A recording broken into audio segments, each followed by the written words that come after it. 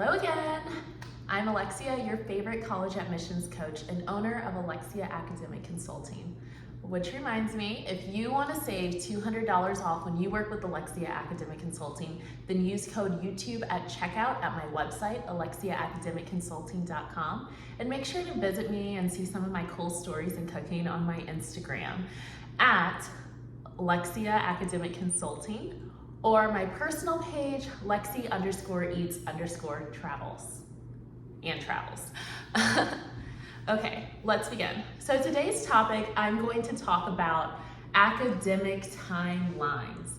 This is a question that I hear so many people ask me. You know, I get students at all different stages of their academic career. Some are in the 8th grade, some are freshmen, sophomores, juniors, seniors, you name it, I get it. And I know how to help you achieve your dream at any age. However, there are certain timelines that I think you can make it easier on yourself, you can make it easier on the whole college admissions process, and just getting into your dream school and planning as early as possible.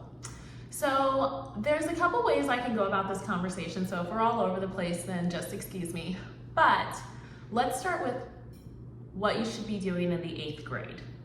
So sometimes I will get parents who just have their futures mapped out for their students, or the students might just have them mapped out for themselves. And what they will say is, hey, I got my 8th grader, he's gonna be starting high school next year. I would love to get you started. I love the work that you did with their older siblings. I felt like, you know, I was a first-time mom then, so now I'm doing the second time and I just wanna be as prepared. You know, it's always the younger siblings that have it easy. Like us first kids are like the tester child. So let's say you're coming to me and you're in the 8th grade. This is what I'm going to tell you. You are too young to be studying. So, just give me another year. But in the meantime, spend this year starting to develop your plans, starting to think about how you want to leave your mark when you go to high school. And I also include freshmen kind of into this pool as well. So when you're in high school, the biggest thing that I see with some students when they're coming to me for Common App is that they don't know,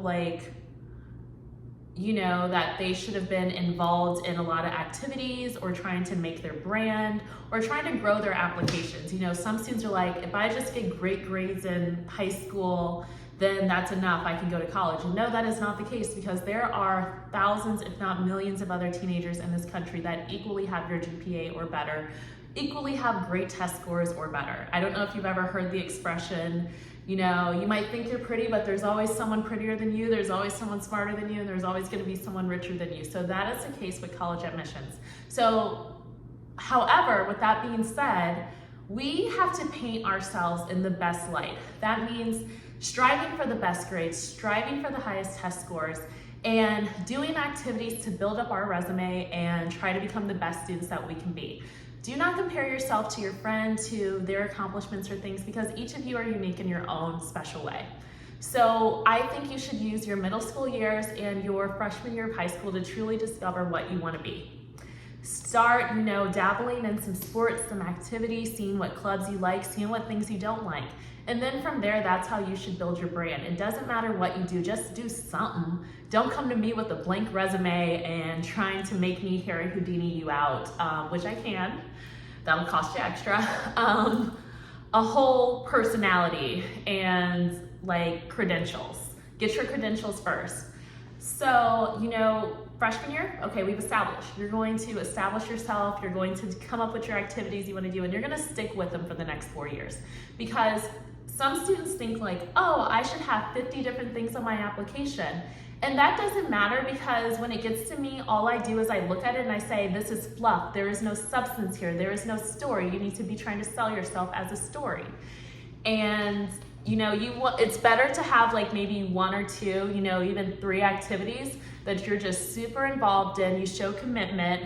They can attest for your teamwork, your leadership skills, your everything. You've won awards in this. You've really perfected your art, as opposed to doing 50 charity hours that you just randomly signed up for and went to, but there was no substance there. You didn't have time to form a connection. So colleges will care more if you do less. It kind of goes with the sales saying, less is more. Just less makeup, it gives you more glamour. So that's first things first. So now let's head into sophomore year. Sophomore year, you should be continuing to build your skills, and you should start thinking about, okay, well, what AP classes do I want to take? How am I performing in my classes? You should still be trying to make that solid GPA, because it's a lot easier to maintain great grades than to dig yourself out of a hole. Nobody wants to dig themselves out of a hole and hope for the best. You should just strive to keep maintaining that. And so sophomore year, now you will start seeing Alexia. That's when I like for students to call me, is towards the end of their sophomore year. Preferably starting at probably right after finals, I think is good to start preparing a high schooler. And again, you can prepare at any stage, but this is just my favorite timeline. So let's say now it's the end of your high school, or it's the end of your sophomore year, and you want to come to Alexia, me. So I would say this is perfect timing, because normally now in the USA, we have to take a test called the PSAT, which is your pre-SAT, and junior year is when it counts towards being National Merit Scholar. I know a lot of high schools, they might have you taking it sophomore year, some are even taking it in the 8th grade and freshman year as well, but it's only the junior year when that counts. That normally falls in Octobers, and schools normally don't even tell students. Sometimes students just show up and they're taking the PSAT. Sometimes your school might give you a week, sometimes they might give them a month. Normally schools that tend to, really value the academics or brag about their scores of their students on their PSATs, they'll try to give their students as much advance notice as possible, so that way they can perform their best. So having the PSAT in mind that it falls in October, there are 2 other testing dates that fall in October: the ACT as well as the SAT. The SAT is normally the first Saturday of the month, and the ACT is normally the last Saturday. And then I've seen the PSAT normally fall at about the 15th, 16th in the month. And so with that being said, all of my training that I do with my students, it overlaps with all 3 tests. So you can train for your SAT, PSAT, and ACT at once, and you don't have to worry about saying, okay, I'm gonna take this test, and then 6 months from now, I'm gonna start studying, and then I'll take this test, because you're paying double, and you can just get all your pain out of the way in 1 month. Just take a test every week. And I get a lot of students who ask, well, I don't know if I should take the ACT. I don't know if I should take the SAT. That'll be a different video where I compare and I give my opinion, but as of right now, I think you should take both, because you don't know how you'll perform. This is your first time taking the test, and there's benefits to both. For me, I think the biggest benefit with the ACT is I think it's a better written test. I think it's easier and to the point and tests you on direct knowledge, whereas the SAT, from my perspective, I feel like it tests you more on logic, as well as, I feel like it kind of tricks you a little bit, so to say, and then you can't use your calculator for certain sections, and the passages and the reading are substantially harder in my opinion. They just make you think. And so, I personally am more of a fan of the ACT because of that reason. However, some benefits to the SAT is that College Board has a lot of scholarships that are just College Board exclusive, and you can only get them through going through the steps of the PSAT and the SAT. So scholarship money is always great, so why take yourself out of the running for it? And all you have to do is just take a test and see how you do. So normally when I would get a sophomore and they want to start preparing and going that route that I recommend, I normally will try to put them on during the summertime to really maximize that summer before junior year. And I recommend that they normally take about 2 to 3 sessions per week, and my sessions are normally 2-hour session increments. And that way they're getting the bulk of their studying done. I'm teaching them great study habits that they can take with them to the second half of high school when things tend to get a little bit harder, as well as they have the time, because during the school year, sometimes when I get students, I hear them say, I'm involved in 3 sports, 5 clubs, I have this, this, and that, and I'm in 5 AP classes, I don't have time to study. So I'm just gonna come to sessions and only work during the session. And that's fine, they still do well, but why not just make the most of your summer so you're not mush going back to high school?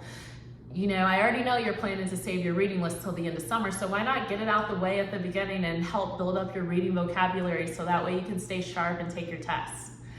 And normally my students will show up to the next school year, starting their junior year, very prepared and able to take their ACT, SAT, PSAT, they get back their scores, and then their mind is at ease because now they're a National Merit Scholar, they just took the SAT, did well on it, and they took the ACT and did well on it. So now they're kind of like, you know, just easing through the rest of junior year until you get to second semester. And this is another reason why I like for my juniors to take their tests in the fall of their junior year, is because your second semester you're going to be taking AP classes. And that's when the AP tests tend to fall, is at the end of the semester. Normally it's like the first week of May, I want to say. And you know, you're going to be wanting to study for that. So wouldn't it be nice to just have a whole semester to prepare, do great on your tests, get that college credit, not have to pay for those courses for college? So that's kind of my logic behind the sophomore timeline. That's my favorite. And so let's say now you're a senior and you went about that timeline, then you're able to spend your whole summer, starting at the beginning of summer in June, preparing your Common App, and as soon as August 1st hits and it opens, you just hit submit. And now you're pretty much like stress-free for the rest of senior year because all the hard part's out the way. Let's say you did not go that route and you are a senior meeting me for the first time and it's midway through summer, the application's opened, and you are in panic mode because you feel so far behind. So what I recommend that students do in this situation is register for the September test and the October test. Just because October isn't too late, but you should still, you know, submit your application in August and just say sending test scores later. So that gives you time to clean things up. So those are my different timelines, and just remember that it doesn't matter which stage of the game you're in terms of your college admissions. It's never too late to get started. It's never too late to start building that resume. But remember, the sooner the better. And if you would like more information or me to guide you personally, you can visit my website at alexiaacademicconsulting.com or email me at alexiaacademicconsulting@gmail.com. Thank you.